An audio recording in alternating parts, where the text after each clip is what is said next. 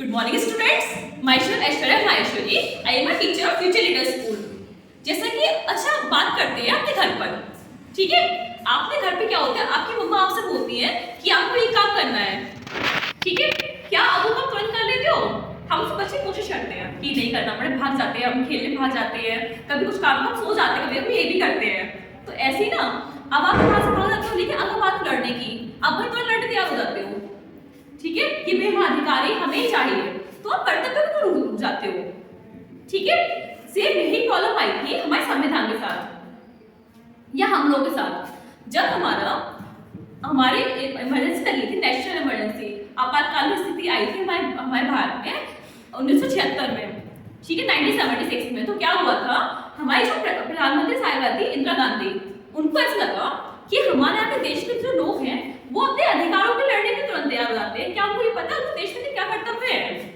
आखिर भाई अगर आप लड़ने आ रहे हो, आपको ये बताओ कि आपको देश में इतना सम्मान करना है, आपको कैसे उसे ट्रीट करना है, ठीक है? तो इसी को लेकर हमारे संविधान में फंडामेंटल ड्यूटी साइन लाई गई थी इंदिरा गांधी के रिकमेंडेशन पर या उनके बोलने पर, ठीक है?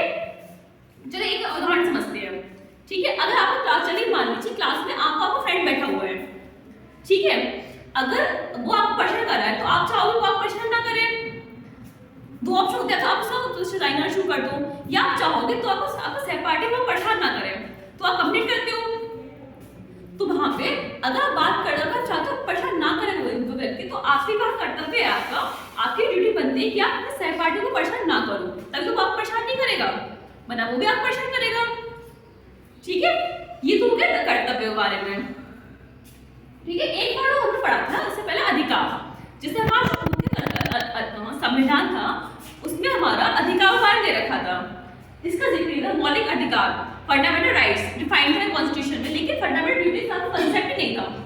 हमारे सभा को लगा ही नहीं कि कर्तव्य भी हमारे कुछ, उन्हें पता है अधिकार है, हमें अधिकार दे दिए, लेकिन उन्हें ये बताया हमारे देश के लिए क्या कर्तव्य है, ठीक है? आज इन्हीं कर्तव्यों के बारे में जानेंगे। इसके साथ मैं अपना लेक्चर स्टार्ट करती हूँ, ठीक है? उम्मीद करती हूँ आपको इस लेक्चर को आनंद आएगा या लेक्चर आपको अच्छा लगेगा। जैसे हमारे फंडामेंटल ड्यूटीज,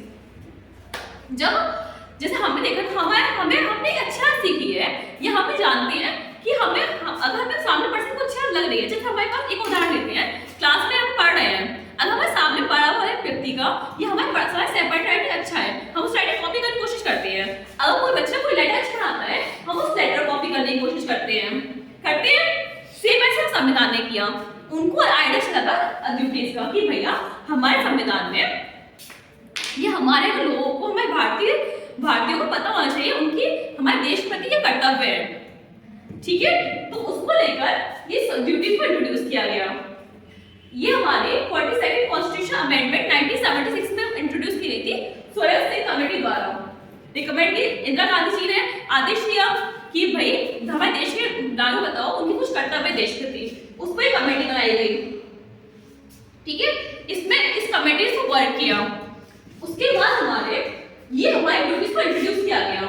अब क्योंकि संविधान में पहले से थी ड्यूटीज, तो यहाँ आइए 51 आर्टिकल में एक नया आर्टिकल जोड़ा गया जिसमें ड्यूटीज को ऐड किया गया, ठीक है?